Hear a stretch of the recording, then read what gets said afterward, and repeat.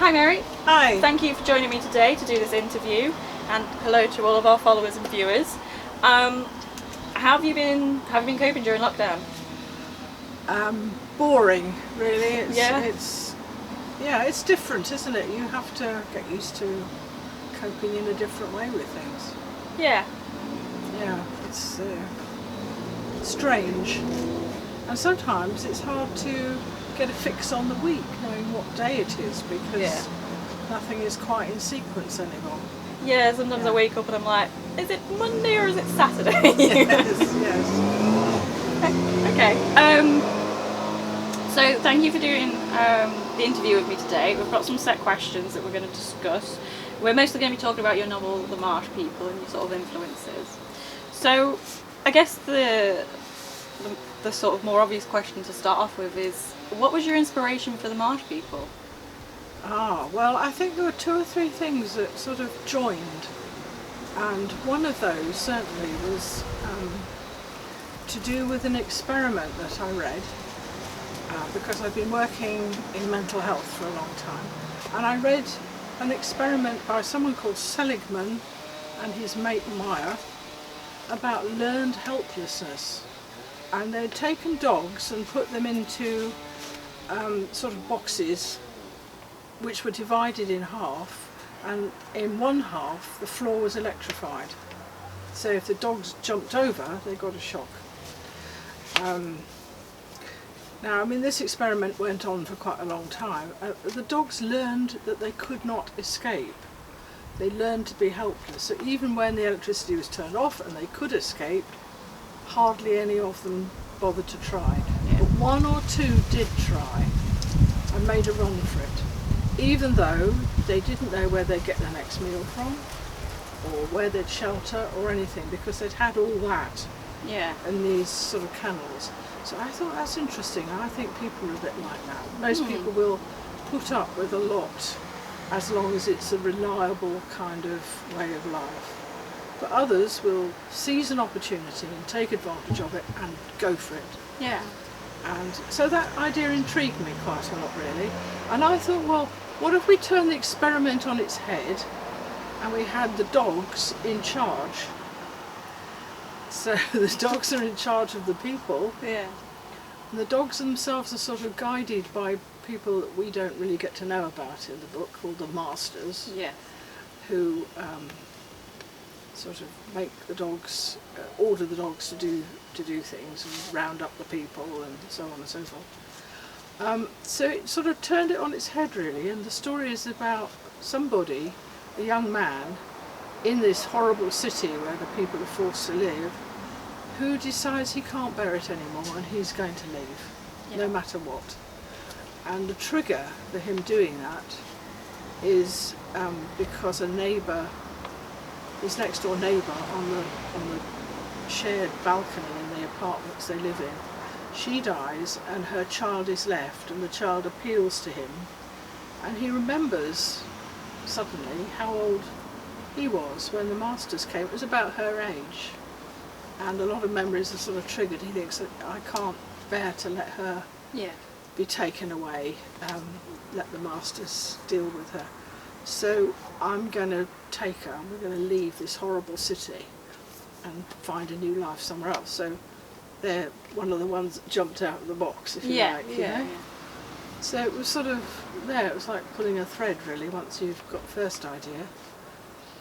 And I have worked with homeless people, and I've been in places that have quite similar to the flats and the apartments that I describe in the book. So I felt I had enough material in here to make a start on it. A lot of life inspiration to sort of pull together. Yes. So that was sort of how it began, really. I think it was. You've told me about that experiment before, and I really kind of remembered it. And when I read your novel, it stuck with me all the time during it, and I thought it was really. It's called learned helplessness. It's a very interesting concept, and like you say, we I think we do that as humans anyway. Like you suggest, we will stay in situations because you've got a roof over your head and you're getting fed and you've got security. Yes. And it's harder to remove yourself from that. Exactly. So yeah, no, and I think your book explores it very well, and the what happens after they leave is very interesting, and again another kind of deeper look into the humans and how they behave. They're having to remake their lives really in a way that most of us never have to. Yeah. Although actually some of us do. I mean, a refugee arriving in this country from somewhere really poor and war-torn is going to have to reinvent themselves. Yes. Really. And that's really tough. Yeah. So, yes, it was those sort of things I wanted to explore, really. Excellent. What was your writing process like for this novel? Like, sort of, how did you formulate the book? Well, starting off with the experiment, and then I wrote a first sentence. Scummo curled up tighter under his dirty blankets. His hair itched, and the sour smell of stale, damp bedding made his nostrils widen. It was barely light, but already the dog warden was doing its rounds. He heard the rattle of the creature's nails on the gritty concrete outside as it sniffed at his door. I'm reading that because that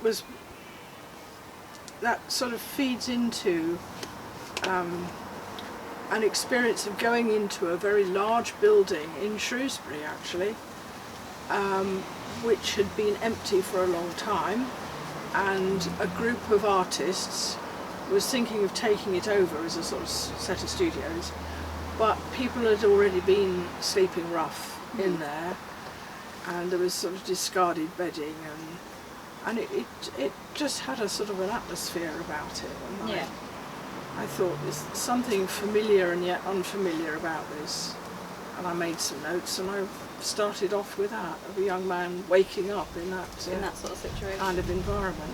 And when I was very young, I hitchhiked across Europe 2 or 3 times with a friend, and we did sleep outdoors. We slept in deserted cinemas and bus shelters and things. Wouldn't do that now, but even if I was young. Thank you, but no. I had a sort of feel for it, I suppose. Fair enough. Where did you? So you've kind of spoken about your experiences. So I imagine that some of your characters came from these people you've met over your life, or did they were they in your head and you've created them from? It's a sort of a bit of an all sorts sort of. Yes, I have met some extraordinary people in my life, and we've always had lodgers in our house. Yeah. Because we just like living with other people, really. It's boring just being on our own. Yeah. And we've usually lived in fairly mixed, kind of racially mixed areas, if you like. Blackburn was the last place we lived before we came here, and an awful lot of my neighbours were from Pakistan or India, and some Poles, and we've got to know them, and it's just an interesting mix of people. So do you find that they do influence your characters and their creation? Yes, they do, definitely. Yes. I think a lot of writers do tend to pick their characters and base them on people they know, and pull different ideas from different people. Yes, I don't generally write about people that I know very well. These are mostly people who've kind of come into our lives and disappeared again, and but have left something behind, if you like, an impression. And if you're a bit nosy like I am, you kind of ask some questions and find out about their lives, and you're interested. It's not false, it's real. But sometimes that can be quite a good way to sort of start looking at characters. Yeah. I've written a couple of books of short stories that have been published where a lot of the characters I wrote about were people we met in New Zealand. Oh wow. Quite a few Maori people and other people who sort of just people, chance acquaintances, if you like. But Yeah. they had something interesting to say, and I've kind of added that into my stories. Oh, excellent. That sounds cool. You really I've travelled around and met a lot of interesting people from the sound of it. Yes, but we don't ever go anywhere as tourists. We never have. Yeah, no, I think. I mean, I'm nothing against being a tourist, but it's not for us really. When the kids were small, we swapped houses with a couple in Denmark, and we swapped houses. What they made of Blackburn, I really don't know. Not at all like Denmark, anyway. No. And Holland, and we've got friends in Greece, we've got friends in Czechoslovakia and Poland and places. And yeah, we've just enjoyed travelling and meeting people. Excellent. So have you always, you mentioned before you've done some short stories, and I know you've written pieces before we published Yes. in Marsh People, but have you always enjoyed writing? How did you kind of get your start into writing? And what's your When preferred I was genre? about 8, my sister and I, we wrote our own little village magazine with Oh. news in it, saying our friend Miranda has forgotten to water our tomatoes. Sort of horrible sneaky thing that kids write about each Yeah. other. Yes, I mean, and people, adults mostly, who had this thing handed to them and had to read it, sort of went ooh and ah. Partly because it was about them sometimes. But I think I just realised it was a way of communicating, which was helpful because our mother was extremely deaf. Right. Very, very, very deaf.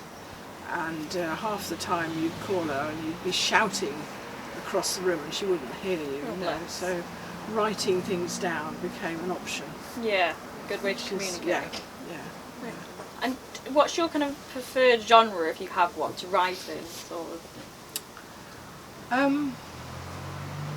Something with a basis in reality and real events and real people, but with something extra, an extra dimension to it. Yeah. I'm interested in relationships. I worked for Relate for years, so I should be interested. The puzzle of how families and people fit together has always interested me. So I can understand. I'm very interested in the way that people interact and, right. and people's emotions. So I Yes. think it's probably one of the reasons I enjoyed your book so much. So I know that there's another book on the way. Kind of what's next? Can you tell us a little bit about Ooh. it? losing it. That's not a happy tale, really. Oh, okay. But other people who have read it have said it's very sort of genuine. Yes, I was working as a staff counsellor at a university, and part of my role was to do some training sessions with people. And this was a group of mental health nurses working in, I don't know what they call them, secure prisons for Right. psychiatric patients. Yes. This was Ashworth. And the people they were working with were dangerous, deranged, but human beings. Yeah.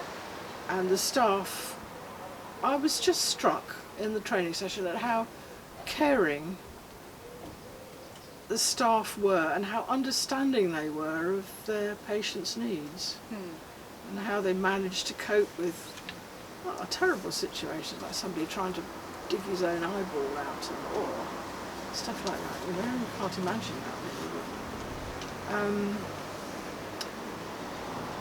So I was really interested in that, and I was also interested in the fact that when people who are maybe notorious criminals, if they get access to some kind of psychological help, really intensive support and help, they reach a full understanding of the impact of what they've done in the past, Yes. and then they kill themselves. Oh. That's often Seems to me how it goes. So you've got people like Fred West, Yeah. who, being locked up for long enough, and with, I guess, a caring staff around him, even though he was who he was, could no longer bear to live with himself. Yeah. So that was quite a conundrum, really. I guess that pulls up a difficult questions about rehabilitation and imprisonment, Yes. because the idea is we want to rehabilitate people to come back into society, but in rehabilitating these people, like you say, they gain an empathy that maybe they didn't have before. And Yes, and some people cannot be safely let loose in society again, No. for their and everybody else's sake. So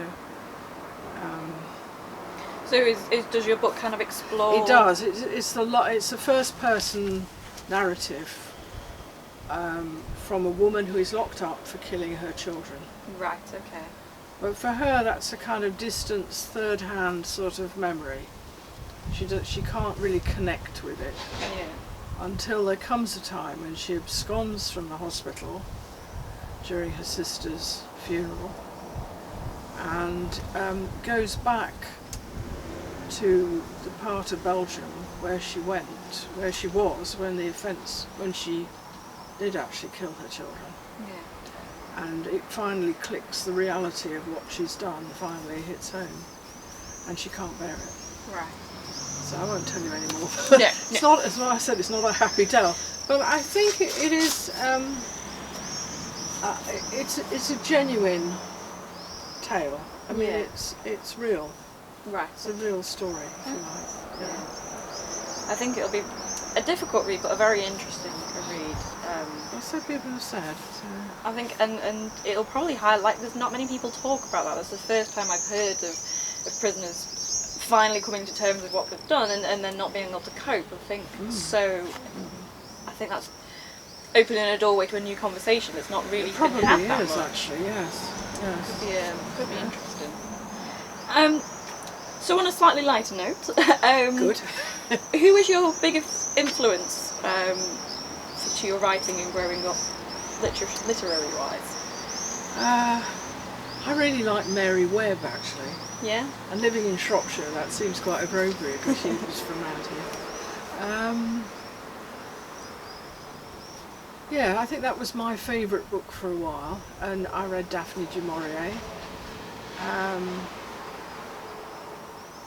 just thinking, were there any male writers that I really enjoyed reading at that age? And actually I can't think of any, which is quite surprising, really. Must have been some that were. Maybe they just didn't stick out as much, and I don't know. Yeah, Have I you mean, done- I've read a lot since, but Yeah. then, no, maybe just that sort of young girls weren't marketed. You know, things weren't marketed to them in the way that they are now. yeah. So this question's from one of our new girl Katie, who's working with us at the office now, and she wants to know what's one book that you wish you had written. Oh gosh.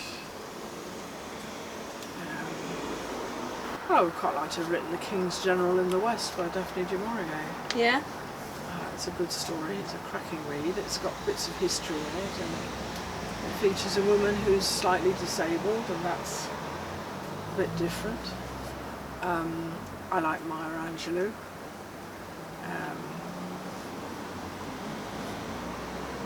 I don't know, I'm terrible at remembering names these days, but That's okay. I do read a lot all the same. Okay, so that's fine. So my final question, and I've asked all the authors this. As you know, Victorina Press is all about bibliodiversity is beautiful. So I kind of want to get an idea of what is bibliodiversity to you. What does it mean to you?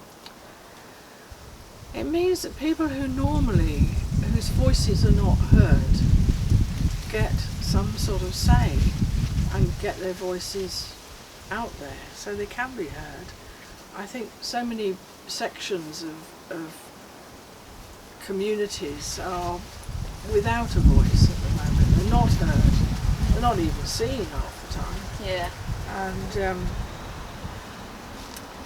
I think it's good to include as many different voices as possible, and it's been, I mean, for years, even most of the books by women have been about sex shopping and I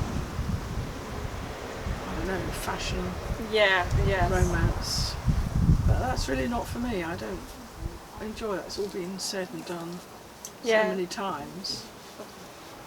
I think I know I was very heartened when we lived in Hackney many years ago. I read that there was a woman, a Nigerian woman, who had written, I think it was Buki Emakata, I think was her name. She'd written several books, even though she'd got children, no husband, and she was having to get up at like 4 o'clock in the morning to do a cleaning job and stuff. And I just thought, wow, that woman is going to inspire me. Yeah. I think people who've written against the odds is quite interesting. People who feel really driven to write. Yeah. Because either they're poor or they've got something very important that they want to say.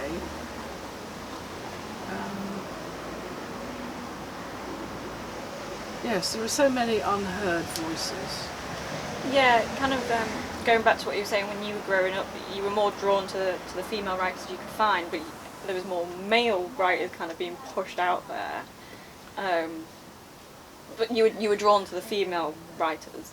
When I was growing up, a lot of the books that I read were by male authors, and the female author selection that I had was very minimal. Like, I don't think I ever read any books by a woman as growing up. Not out of choice, just not out of feeling like I had the options particularly there, up until maybe J.K. Rowling, but I was a bit late on that bandwagon. Yeah. Well, I suppose my generation, we were expected to read Dickens, and we were expected to read Thackeray, which I love. I mean, I don't, it's fine. But there wasn't any female equivalent. Yeah. So, so I just wonder whose voices are not heard now.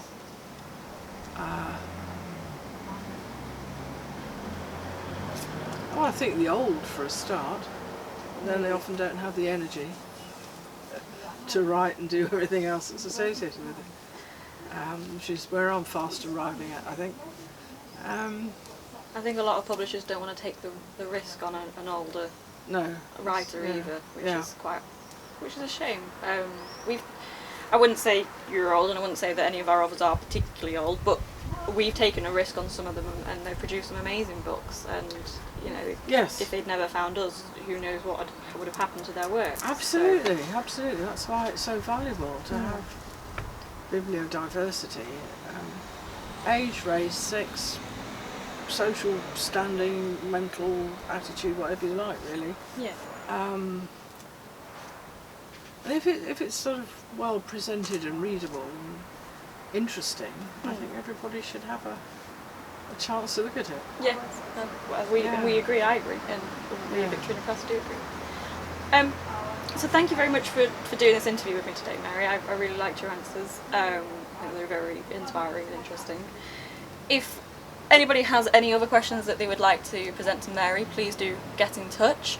Thank you for watching, thank you for listening. Please do like and share, and thank you for today. Goodbye.